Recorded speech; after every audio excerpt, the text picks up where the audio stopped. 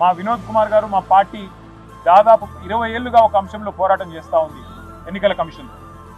Car గుర్తును పోలిన symbols ఏవైతే ఉన్నాయో దాదాపు 8-9 సింబల్స్ ఉన్నాయి.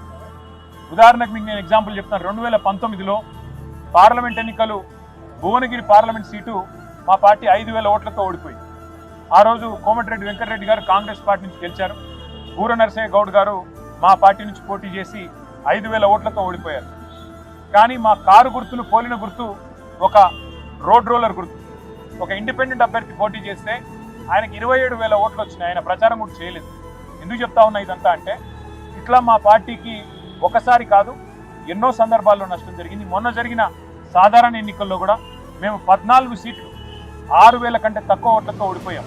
అక్కడ కూడా మరి చాలా చోట్ల ఈ chapati maker, road roller, ship ఇట్లా 8 గుర్తులు ఏవైతే మా కారు గుర్తును పోలిన గుర్తులు ఉన్నాయో వాటి వల్ల కూడా మాకు చాలా నష్టం జరిగింది. వాటిని తక్షణమే తొలగించాలని చెప్పి కూడా ఎన్నికల కమిషన్ను మేము కోరినాము.